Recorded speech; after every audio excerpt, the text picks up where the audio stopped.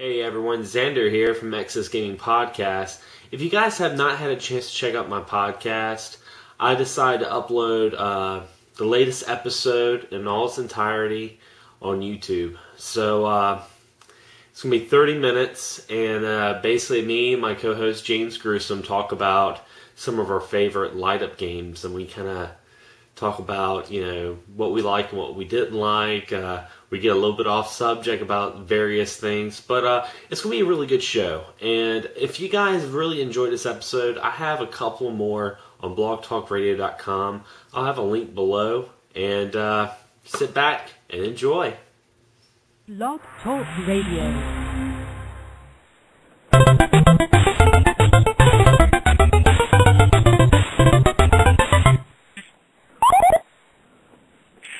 Whoa, that was a little cut short. Guess we shut that dog up. Hey, everyone, and welcome to another episode of Access Gaming Podcast. I'm your host, Xander Scullion, and joined with me is James Gruesome. Say hello, James. I said deliveries in the rear. Hello, everybody out there. Hope you all are doing quite well. And first of all, I want to say I hope you guys had a very grateful Thanksgiving. And, if you guys listened to the last episode, we kind of gave a hint of what this episode's going to be all about. This one we're talking about our beloved, subject on light gun games, Something that I feel like if it wasn't for light gun games, we wouldn't have the casual gamer market. I mean, it was something that started with your grandpa and grandma all knew how to pick up a gun and shoot a digital duck off the screen. So with that being said, James, I want to ask you one question, man. What is one of your favorite light guns? I got to go with a classic for me, the first one I owned, the gray, yes, I had the gray one because I'm old, NES Zapper. I got it with my Nintendo system for Christmas one year, set up with the Duck Hunt and Mario Kart, and just that gray gun had such a good feel to it. Wasn't uber realistic, but, space and sci-fi stuff like that's always cool. So that one was just the best one for me. Still my favorite one to this day. Yeah, I always feel kind of nostalgic when you hear the clicking sound of the Zapper. And I actually don't have a gray one. I have the later ones, one of the orange ones.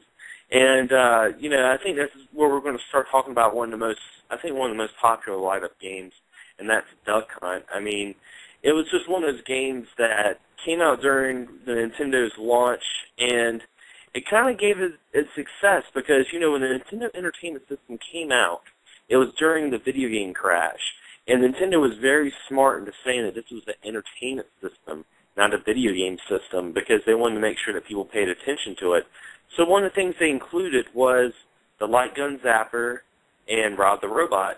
And I have to say, whoever won between the fight of Rob and the Zapper, I really think the Zapper won on that one because there's a lot of good games on the Nintendo that featured a Zapper, definitely. So, anyway, James, I want to go ahead and cut it off to you. Tell us one of your favorite light-up games.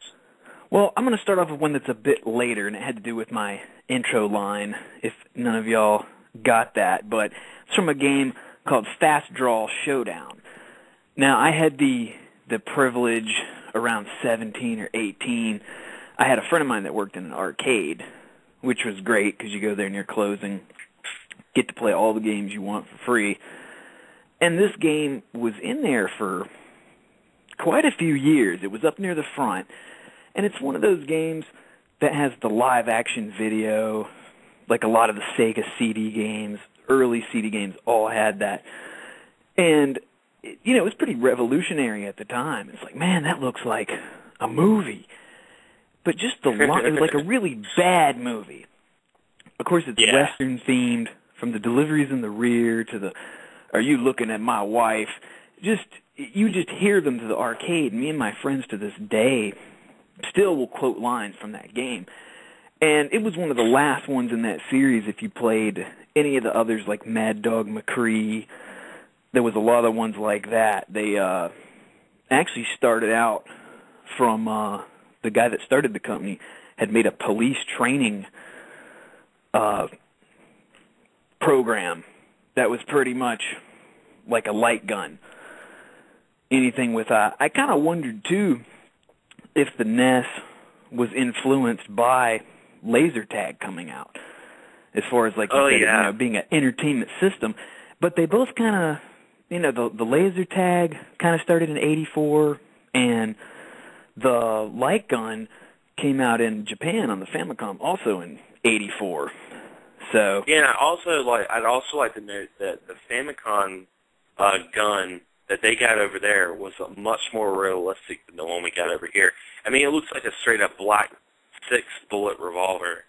I mean, it's pretty legit. Of course, when it came over here, they kind of put it more towards like a laser gun, you know, sci-fi, like you were saying earlier, and it was, of course, featured in Captain N.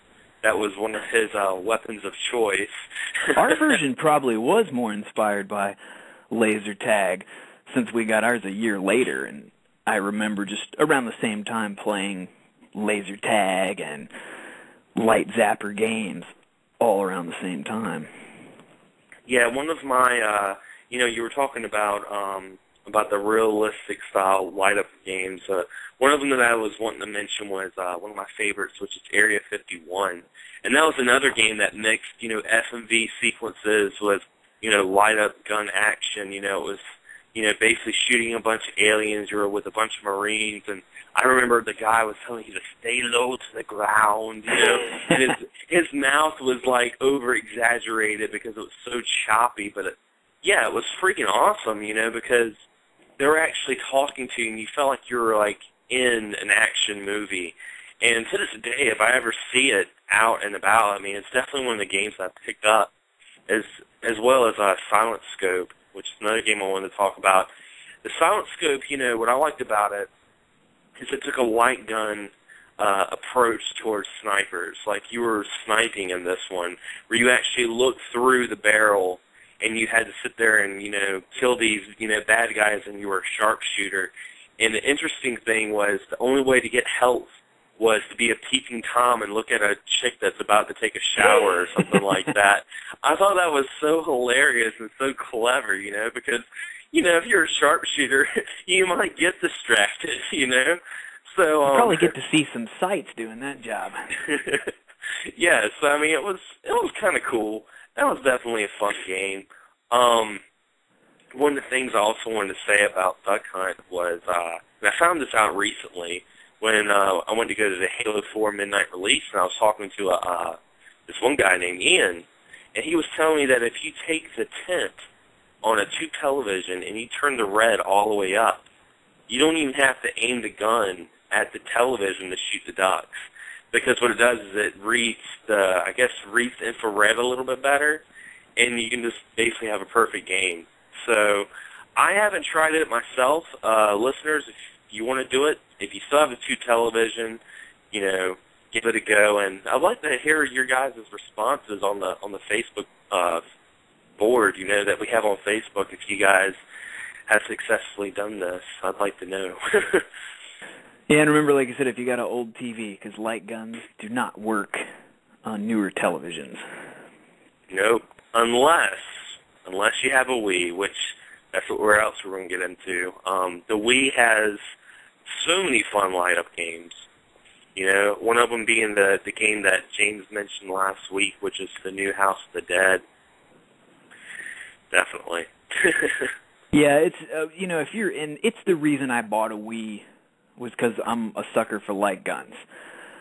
You know, I went into it. It's the place to go if you're a fan of those, from anything to the Gunblade New York, many different versions of House of the Dead, Resident Evils. It's like, yeah, you can get them on PS3, but I myself don't have a Move yet, and I just can't play. I got to have a gun in my hand or something. And I just haven't updated to a Move yet, which I probably will at some point, because I'm sure they're pretty cheap. But Wii's just, I mean, if you're just a fan of light gun games, getting a Wii, I think, is worth it for that alone. Yeah, and you know, I also wanted to mention, because, you know, I was talking to some of my bandmates and everything. We were talking about light-up games, and Devin, my drummer, he actually, one of his favorite Resident Evils is a light-up game, and it's Resident Evil Dead Aim. And I haven't personally played it yet. I know it's pretty cheap, but he was telling me how fun it was about the fact that, to reload, you had to take the gun off the screen and push a button, and, to him that was actually one of his favorite Resident Evils because he actually felt scared playing it. Like he had that adrenaline rush that you're supposed to get when you play a survival horror.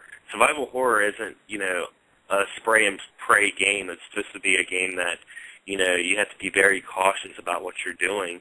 And he got that experience playing Dead Aim. So, I definitely want to check that out. I want to say thank you, Devin, for that recommendation because I'm going to have to see if I can hunt this game down and try it out. It's different. Myself being a big fan, I had all the GunCon games at one point, and you're kind of playing with the controller and the gun. There was an early version of Dead Aim on PS1 that was more just a first-person kind of blaster game. The PS2 one it's an interesting game. Myself, I just couldn't. It's kind of cumbersome for me. Just like I'd have the gun and have to sit it down and use the controller. Maybe I was doing it wrong. I mean, I definitely think it's worth checking out, and then you can judge for yourself on it. Yeah, and even though this isn't a light-up game, it still has that feeling for me, and that's on the Dreamcast, the Typing of the Dead. The Typing of the Dead, instead of using a gun, you're actually using a keyboard. I know this is completely, not on the subject of light gun games, but it kind of falls into that whole casual thing that I was talking about. It's in the family because coming from House of the Dead being one of the king light gun games right there, it stemmed off from that. Yeah, and light up games, that's what made them popular was the fact that they were easy to pick up, that anyone could play them. It wasn't, you get someone a controller and tell them to play some Halo or Call of Duty. If they've never played a first-person shooter game, they're going to be running around in circles and getting nauseous with the controls. But, a light gun game, you just pick up the gun, and it's like, sad to say, it's first instinct, you just point and pull the trigger. Almost everybody's mom has shot a duck at some point on Duck Hunt, at least if you're around our age. Yeah, and everyone got super mad at that freaking dog. I mean... Did you ever play it in the arcade? Yeah, I played it when I was a little younger at Chuck E. Cheese, or Showbiz Pizza, I should say. I played it a long time ago. I believe, if I'm right, you could actually shoot the dog in the arcade version. Oh, wow. If he was laughing at you, you could just pop him and he'd duck back under the grass. That would make sense because, Nintendo had that crazy censorship that, they probably wouldn't let you do it. Because I know Nintendo was, it still is. They have really weird guidelines of what they want in or out of a game. So that makes sense. It's been a long time since I played in the arcade. One of my favorite arcades, though, also on the light gun game subject, is Terminator 2. Absolutely love it. Holding that big assault rifle and just shooting a bunch of, cyborgs. And, and the light gun games always had some of the best graphics, too. A lot of them did. They just had some, it was that mixture, just good graphics and just fun and just blasting away. It's just something fun about that. Hey, let's not forget about the Super Nintendo, the Super Scope. Took like 24 batteries? I mean, I'm over-exaggerating. Probably took about 6 AA's to get the thing going, and you could play it for 2 hours tops, but it was like the best 2 hours that you would ever spend because it was so freaking awesome. You had like a huge bazooka, and you're just shooting things with your Super Nintendo. That was a lot. How many games were on that one? Do you remember? Was it only 2, or did they have? I know they had the multi-pack, and that was Super Battle Clash, I believe. Yeah, they didn't really come out with too many games. I mean, the only thing I can think of is the game that came with it. That came with the multiple games that you could play. It was like a little game pack. Yeah, And, that is one thing, with the systems, if you love the light guns, it's good, but I mean, a lot of the systems really didn't get more than 5 or 6 games for that accessory, which was more than, other ones like Power Glove or Power Pad on the NES, but every system that came out, all the ones that came out were usually pretty good. And, 5 or 6 for a gun accessory is it's a pretty decent amount. You might want a little bit more because oftentimes they're short games. Yeah. But you get what you get sometimes. Yeah, I mean, it's just like a really fun experience. Like, I remember playing Hogan's Alley, and, the little mini game that you'd play in that is where it would have, like, this can that was flying in the air, and you have to shoot it to keep it afloat. That was a lot of fun. I mean, I remember, actually, before I got a light-up gun, I had the Mario and Duck Hunt, and I had a Nintendo. Well, my Nintendo came with Super Mario 3. I got a later one. I didn't get a Nintendo until, like, 92. I was pretty young at that time. And I got Mario with Duck Hunt, and, I played some Mario, and I was like, well, let me try this Duck Hunt. Because I remember playing that Showbiz Pizza. And I remember playing it, and then I didn't know about the gun, and I just thought that game was broken for, like, a year and a half. I was like, this game doesn't work. What a ripoff. I was just like, well, I got Mario. That's fun. But this Duck game, it looks cool, but it doesn't work for, I thought something was wrong with my controller. My Nintendo was messed up, and then I found out that it was a gun that I had to get for it, and I ended up picking up one at a flea market. Like I said, it's the same one I still have today. It's this bright orange zapper, and I just love, like I said earlier, the sound of it clicking, that nostalgia click-click sound is just freaking awesome. I love it. That became a point with the guns, as you mentioned, with the bright orange zapper. I know one of the justifiers I sent you for the Genesis is bright blue. They had bright pink. They just wanted to make sure that you knew and that police knew and everybody knew that you did not have a real firearm.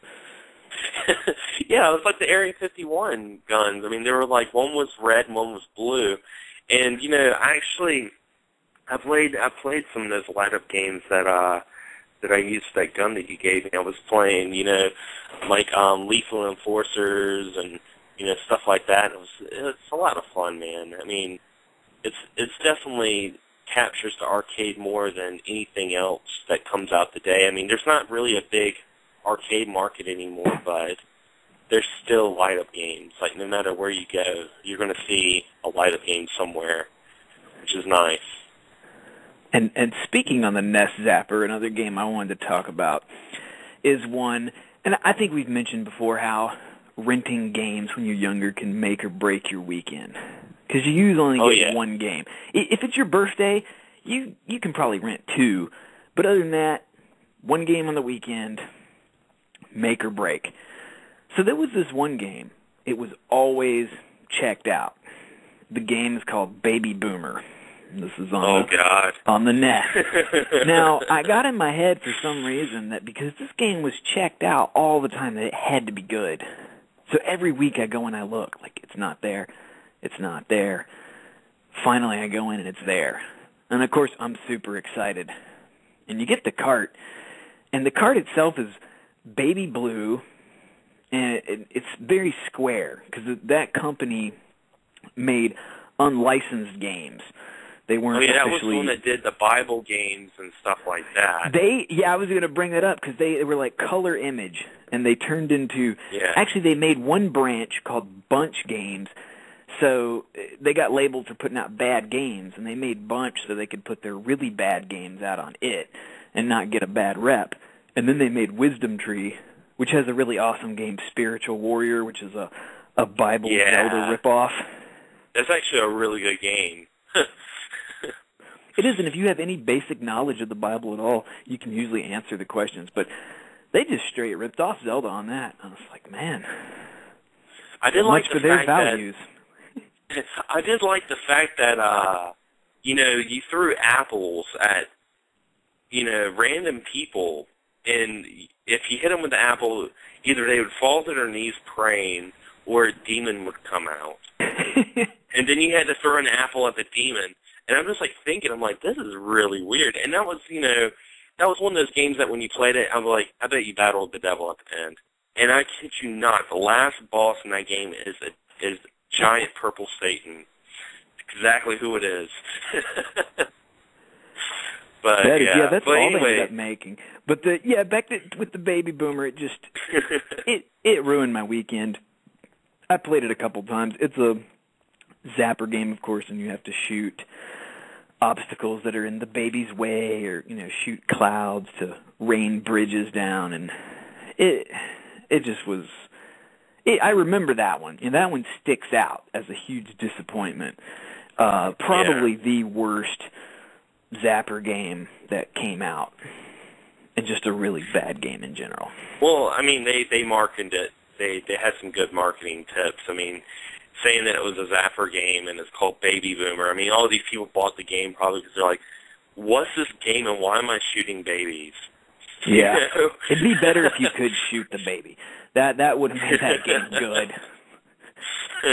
You probably wanted to by the end of the weekend anyway. It's one of those ones you just kind of stopped after you I'll just play one of the ones I own. I'll play some T&C Surf Designs instead. Oh man, yeah, that was a fun game. But yeah, like renting games was always a gamble, and that might even be a future episode that we do later on down the road, is sharing some of our horror stories of renting games, because, as you guys know, next month is going to be the last issue of Nintendo Power, and, that was our source, was video game magazines back in the day. We didn't have internet. We didn't have YouTube or podcast or channels to check out. We had to use our basic knowledge, our basic gut feeling of looking on the back of the case and seeing little 1-inch screenshots and reading magazines and hoping that these guys are not just trolling us, that we're actually going to have a good weekend playing something like The Last Action Hero. So, I mean, it was just, it was always a gamble. And, there was tons of weekends that I found some awesome games like Rocky Rodent or Congo's Caper. And there's some times I've rented stuff like, I said, I rented The Last Action Hero, and I couldn't get past the first stage. I think one of the best Horrible. ones, just since we're talking about it, was another game that was always checked out, was X-Men on the NES. And it was in one time, and a guy grabbed it before me, and I went with the Three Stooges game. And I was not disappointed, because I rented X-Men the next week, and that was a bit more disappointing. But Three Stooges, excellent game. Was that X-Men on the NES? Yeah. Well, see, that's because those games were made by Jaleco, and that, anything that Jaleco made, I mean, if you guys watch the Angry Video Game Nerd, he testifies, and I agree with him. Anything put up by Jaleco is complete garbage. I got to disagree on that. Well, oh, yeah? Rival Turf on the Super NES. Yeah. Okay, I don't... technically, yes, Final Fight is better. But if you want to play with a friend, Final Fight just forgot that Final Fight had a 2-player option. And they didn't give it to you. But Rival Turf, it did. It also gave you the option with a code to change the names of all the people in the game to, like, people in school that you hated. So you could change names and you could beat them up in the game. So I stand behind Rival Turf. Now, its sequels, Brawl Brothers and the other ones, okay, they're crap. But Rival Turf has got to stand above the slew of garbage that Jaleco put out. Well, I guess in all steaming, piles of crap, you got to find that, shiny kernel. It is a shiny kernel. Yes, it is. So yeah, I mean, we totally went off the subject of light gun game, but you guys get the idea. And one thing I also wanted to mention to you guys is pretty soon we're going to be having a huge facelift to the show. I'm going to be upgrading a lot of stuff, including the audio, the links to the show, because you guys know we only have a 30-minute time limit. It's going to be, I'm looking to do about an hour show. I want to make it more interactive so you guys can call in, become guests. I want to start doing more contests, winning free stuff. This free stuff is awesome. Yes. And pretty soon we're going to also do, like once in a while, we might even do a video podcast where you guys actually get to see our faces and see what we're doing while we're sitting here talking to you guys. So it's going to be really interesting. And if you guys follow us on Facebook, we do have a group page. It's like a form. Just put in XS Gaming Podcast. Make sure the X and the S are capitalized and they have a space in between. You can join our board, talk to us, have a good time. And, I'll be sure to let you guys know when we start updating, and also with the show as well, because as of now, I don't know when we upgrade if we'll still be on Blog Talk. So that's still in the air. If we move, we will let you guys know. And before we close up tonight, I did want to mention that the Neo Geo X is coming out very soon. I have that on pre-order, and I'm going to be doing a unboxing video of that as well. So you guys can check that out. In case you guys didn't get it, you guys can see me unbox it. It's going to be pretty funny. I'll add a little bit of humor to it. I did a video when I recently got my new black Dreamcast. I haven't uploaded it yet. But it's me sitting there going through all the games. And the bad thing was, actually, I had a bag of about 15 more games that I didn't find till after I shot the video. So I might do another little update with, I was just like, man, I kind of thought there was a few more. It's like, bam, there they are. But I got lots of good stuff with that. And I'm just going to end here. We got a few more minutes. Another game, Time Crisis. This is just a funny story. Why didn't we mention that? we ended up talking about Bible games and stuff. It's okay. But Time Crisis, another great light gun game. PS1, PS2 arcades introduced the duck and cover system. But my story with that was my friend that worked in the arcade, he found a way to rig the Time Crisis game, and it took $1 to play. So he rigged it to where the coins would fall in a separate area, and then he'd take all the... Yeah, it's a pretty schnicey story, but we're not friends anymore anyway, so I'll go ahead and tell. And then he'd take all the quarters, and I mean, a lot of people play, 10 people played that. It was like $10 extra, so he'd get extra money from, doing that. I didn't care. I got free games. It's okay. There's always those little steal. tricks that it's you bad, could do. Okay? Well, there was always those little tricks that you could do at arcades, like when you would take a straw and you would flatten the straw, and you could tickle the just find the warm spot on the credit slot and get a bunch of credits. I remember people doing that. I never did it, for the record. Or that one notorious game that would always take tokens, and you could go up. Yeah. Alien Syndrome got my token, and you're guaranteed at least, 1 or 2. Yeah. Find a couple in some slots. Hey, you got 4 tokens. It's a good way to go. That's like an old arcade junkie right there. Oh yeah, it was always fun when you would when you were a kid. You'd always still go to arcade units, even if you didn't have any money, and just sometimes just press the buttons and look at the screen. And then sometimes you'd go there and there would be a credit in there, and you're like, oh, I got a free game. Exactly. Credit in there. Play it. There's a token in one, and then you schniced a couple of other ones. Right, so right there, you got 4 or 5 tokens. You're good for a little bit. Get your fix, go home, break out your NES. That's how it goes. But yeah, guys, and before we end the night, I just want to say thank you very much for listening, everyone. And, of course, we'll be back not next Tuesday, but, we do it every other Tuesday. So to skip a Tuesday and check us out again. We're going to be coming back with another episode. I'm not going to give out what the next episode is going to be again like I did last time. It's going to be a surprise. You guys are going to have to stay tuned for it. I don't even know what it is yet. I didn't even tell them. But anyway, guys, I want to say thank you very much, and until then, happy gaming. Later, guys. Have a good night. See you. Have a pleasant evening.